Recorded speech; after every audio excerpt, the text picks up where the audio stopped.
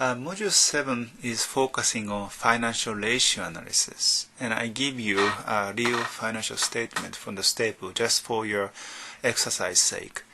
I hope you actually will enjoy, because this is really important. Okay, so if you don't enjoy, that's okay. If you can't do that, that's okay too, but do your best. I'm not gonna really punish you, if you got wrong numbers or anything. It's just exercise. Okay. Now let's talk about ratio analysis.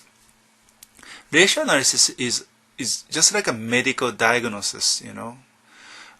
They actually check the blood, circulations, blood pressures. They check your cholesterol. They check your sugar level of your blood and everything. Or they check your urine. The ratio analysis is just like that. We actually look at financial statement, which is your body, and we actually look at it. How healthy you are, how strong you are, how sick you are. It is effective. Okay, but the problem is that you can be tricked. Okay, so I really think, based on my experience, it is important for you to be able to read the ratios. Okay, what ratio means what, and also how actually make a strategic financial plan based on the ratio analysis. But process to interpret the financial statement is the most important thing. If you want to be a good financial strategist, you have to be able to read and interpret the financial statement. For some people, boring. For some people, it's fun. So I don't know which one is which for you. Okay, but anyway, please try to read the financial statement. You got a case. Okay, read carefully and just look at the figures. What this figure means. If you don't get it, that's fine. If you get it, you're good. If you don't get it, you read my review and you'll be good. Okay. But anyway, so let's talk about what kind of diagnosis we can do through the ratio analysis. One is solvency, liquidity. How first you can convert your asset to cash, basically. If you have a good solvency, good liquidity, people think you are safe because you can pay. Correct? So look at your asset. You have a current asset and fixed asset. Current asset is, generally speaking, easier to convert to cash.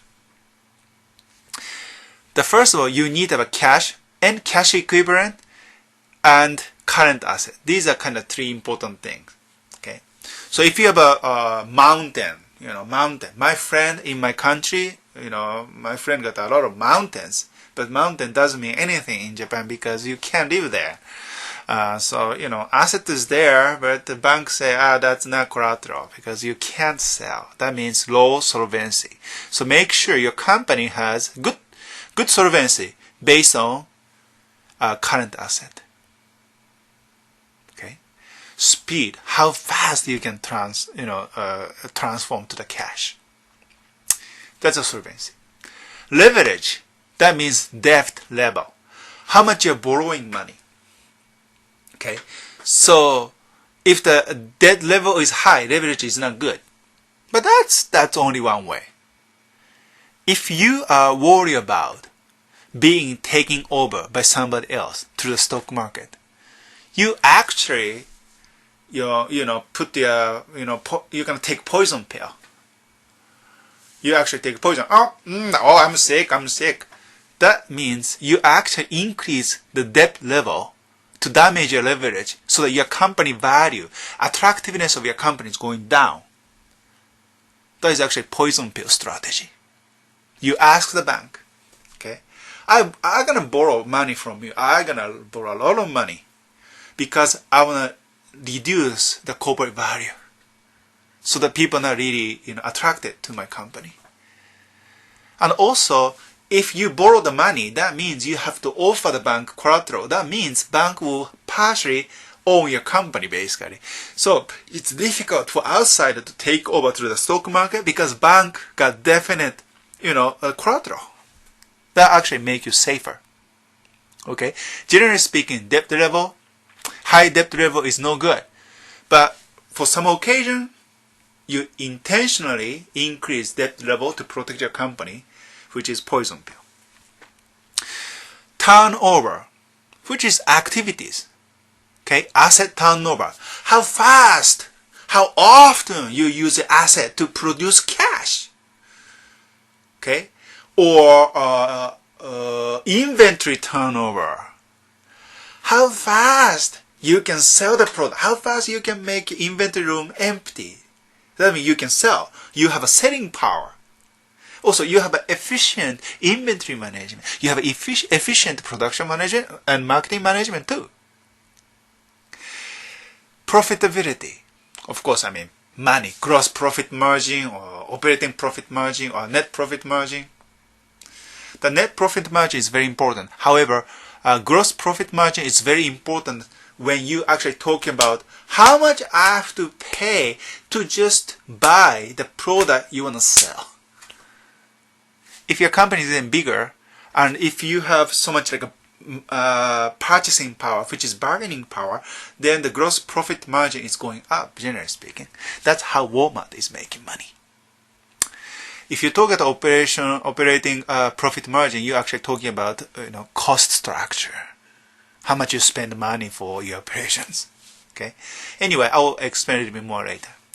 Trend analysis. Trend analysis is not particularly ratio analysis, but for me it's very important. Use the trend. If you study basically financial stock analysis, stock price analysis, you use like a daily based, weekly based, monthly based stock price to actually check the trend. And some people actually use moving average. So, you have like this kind of trend. The moving average make it smooth. I don't like that. I want to have a real, trend. But if you have an event, if something happened and the stock price drop and coming back, that is event analysis. You have to, cut the particular moment and just bring out and connect between the normal conditions and just see. That's also trend analysis. If you have so much like volatilities, then it's difficult to see the real trend. Then you're gonna use logarithm. But that's go beyond this class anyway. But I just want to want you to remember that trend is very important. Trend is very easy to find, but you make sure you have a trend. So you actually see, we're going down and neutral, or I think that's really important. Okay, but anyway, so let's talk about one by one. I ask you to work on the current ratio and quick ratio for liquidity analysis. Current ratio is basically how much you have actually the current asset, so that actually you can actually measure your liquidity. It should be more than 1, okay, or more than 100%. Okay, but quick ratio, the current ratio includes inventory. Okay, but quick ratio remove the inventory. The quick ratio is more accurate if the inventory will be matter. If the company is booming, and just selling, and no inventory, then current ratio and quick ratio is almost the same indicators. But if, the normal company is, the inventory is, slowly moving, then you really want to know the pure liquidity of a corporation, then you're going to use a quick ratio. And also, if the company does not have an inventory, like online shopping companies, they don't have an inventory, then you have to think about quick ratio instead.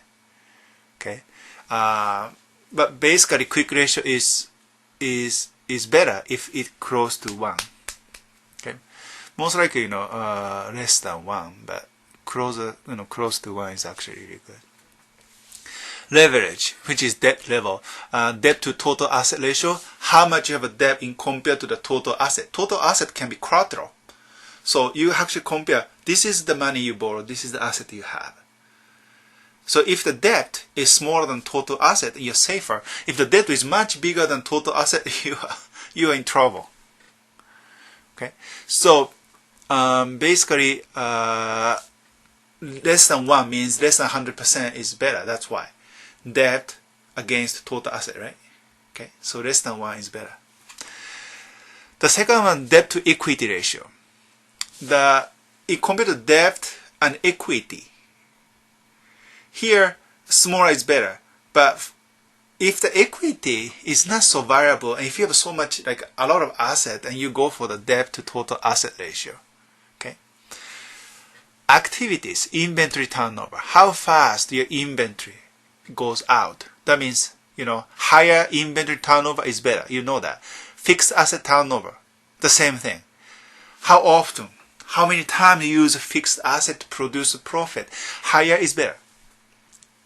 Profitability, gross profit margin, remember that? Higher is better. Higher means basically you actually save the money, okay, to buy the product, to buy material. That means you have a bargaining power. Okay, that is a good thing. Operating profit margin is actually really good. This is important because if the operational profit margin is high, you are actually managing your expenses really good. The net profit margin is your actually profit-making power. Okay, higher is better, definitely. So if you want to know ultimate power to generate profit, you go for net profit margin.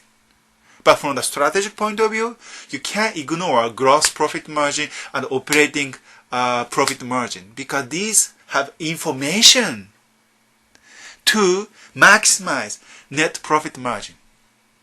Okay? Then last one, return on total asset. Of course, higher is better. Now, I want you to look at your textbook for the formula.